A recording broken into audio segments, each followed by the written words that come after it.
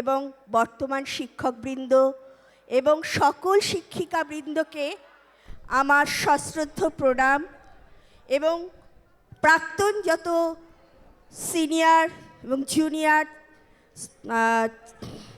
দাদা দিদি ভাই বোনেরা আছে তাদের প্রত্যেককে আমার শুভেচ্ছা অভিনন্দন। এমন দুর্লভ সুযোগ পেয়ে আমি আপ্লুত।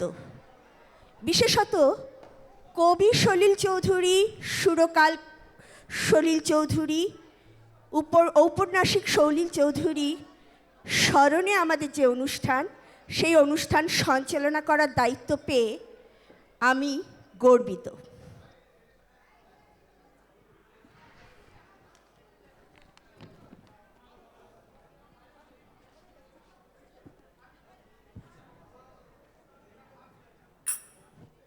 সবাই মোটামুটি আবির চট্টোপাধ্যায়ের সাথে ছবি তোলার জন্য খুব ব্যতিব্যস্ত হয়ে উঠেছে।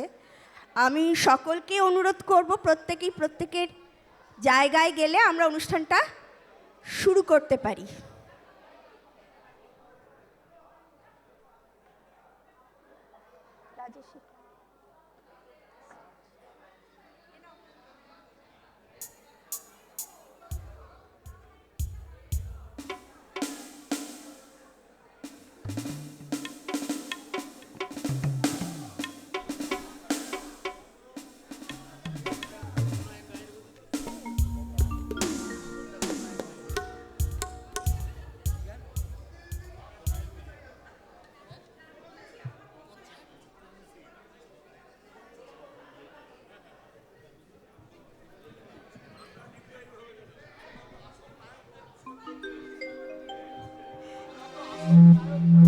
একদম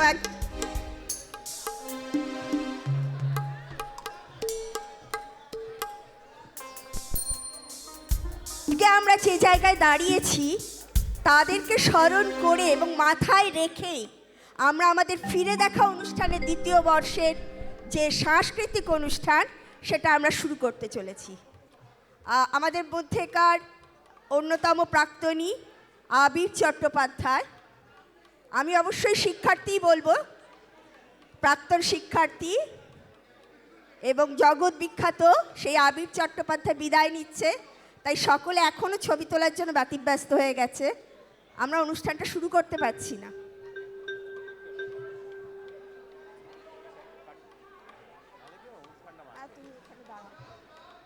ভয় ভয় লাগছে, তুমি এখানে দাঁড়াও।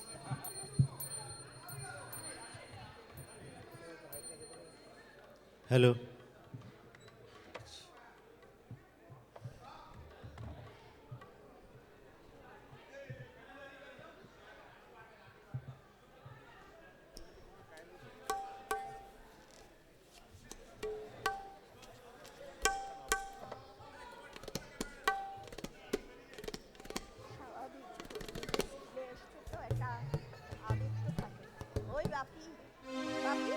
হ্যালো,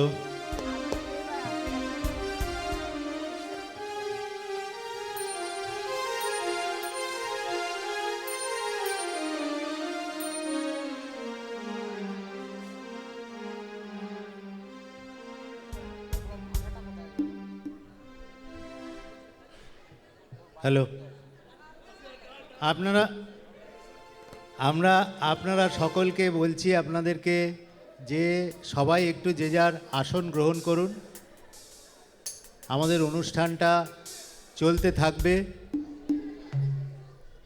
আমাদের এবারে সলিল চৌধুরীর স্মরণে, সলিল চৌধুরীর এবার শতবর্ষ, তাঁর স্মরণে আমাদের অনুষ্ঠান।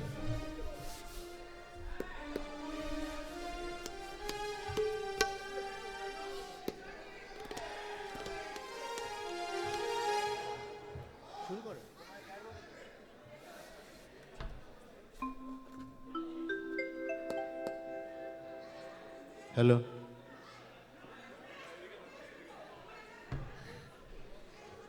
আমাদের ফিরে দেখা 2025 এবং দ্বিতীয় বর্ষ উপলক্ষে লবণরথ বিদ্যাপীঠের প্রাক্তনীদের আয়োজিত এই অনুষ্ঠানের প্রথম অনুষ্ঠান হচ্ছে সলিল চৌধুরী স্মরণে।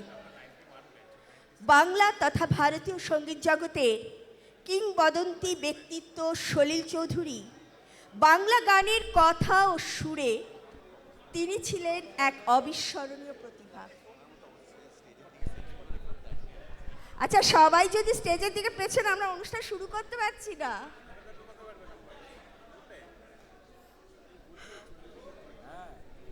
আচ্ছা, বাংলা তথা ভারতীয় সঙ্গীত জগতের কিংবদন্তি ব্যক্তিত্ব সলিল চৌধুরী। বাংলা গানের কথা ও সুরে তিনি ছিলেন এক অবিস্মরণীয় প্রতিভা। এর সঙ্গে উপরি পাওনা তার সঙ্গীত আয়োজন। এক্ষেত্রে তিনি অনন্য। একই সঙ্গে গীতিকার, সুরকার ও সঙ্গীত আয়োজক ভারতীয় সঙ্গীত জগতে দুর্লভ। সঙ্গীত ছাড়াও তার ছিল বহুমুখী প্রতিভা। গান ছাড়াও তিনি গল্প, নভেল, কবিতা, প্রবন্ধ বহু কিছু লিখেছেন। তার গল্প নিয়ে সিনেমা হয়েছে দো বিঘা জমিন। সুরকার হিসাবে তিনি ছিলেন ভারতের অন্যতম শ্রেষ্ঠ সুরকার।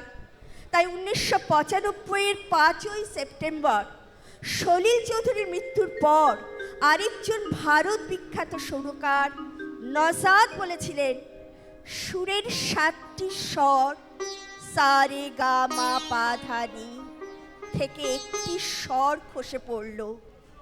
এতটাই মহান সুরকার ছিলেন সলিল চৌধুরী। এবছর সলিল চৌধুরীর জন্ম শতবর্ষ। তাই ফিরে দেখা 2025-এ আমাদের সাংস্কৃতিক নিবেদন সলিল চৌধুরীর প্রতি শ্রদ্ধার্ঘ। তার গান, কবিতা ও সুরের মূর্ছনায় আমরা কাটাবো কিছুটা সময়। আমাদের প্রথম নিবেদন সলিল চৌধুরীর অমর সৃষ্টি গাঁয়ের বধূ। পরিবেশন করবেন আবির চট্টোপাধ্যায়, আমাদের বিদ্যালয়ের প্রাক্তনী।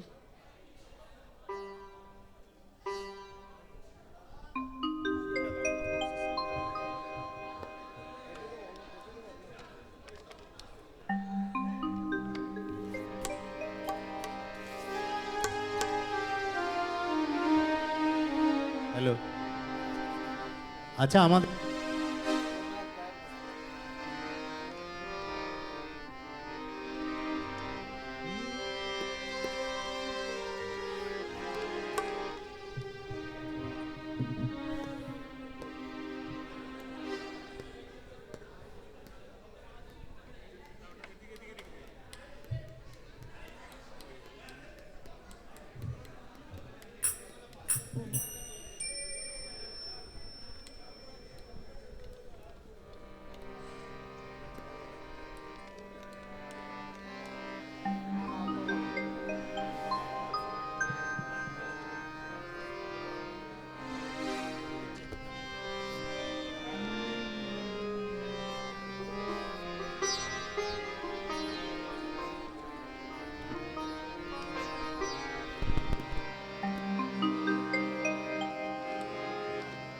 চলো।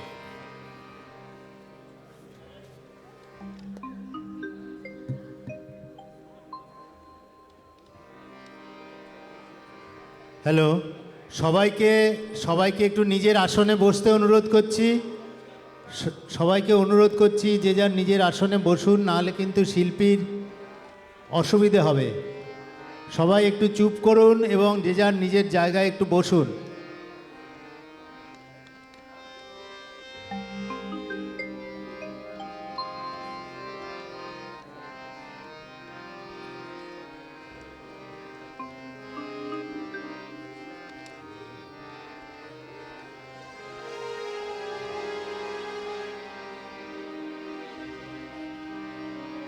Hello hello.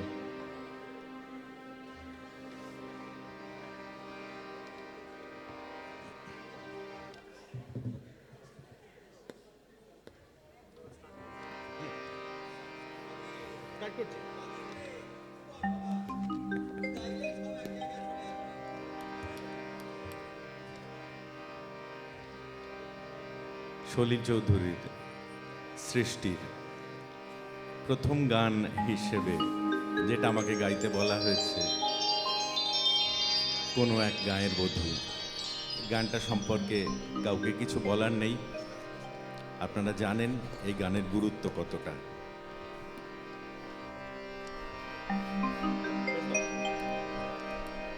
কোনো এক গায়ের বধুর কথা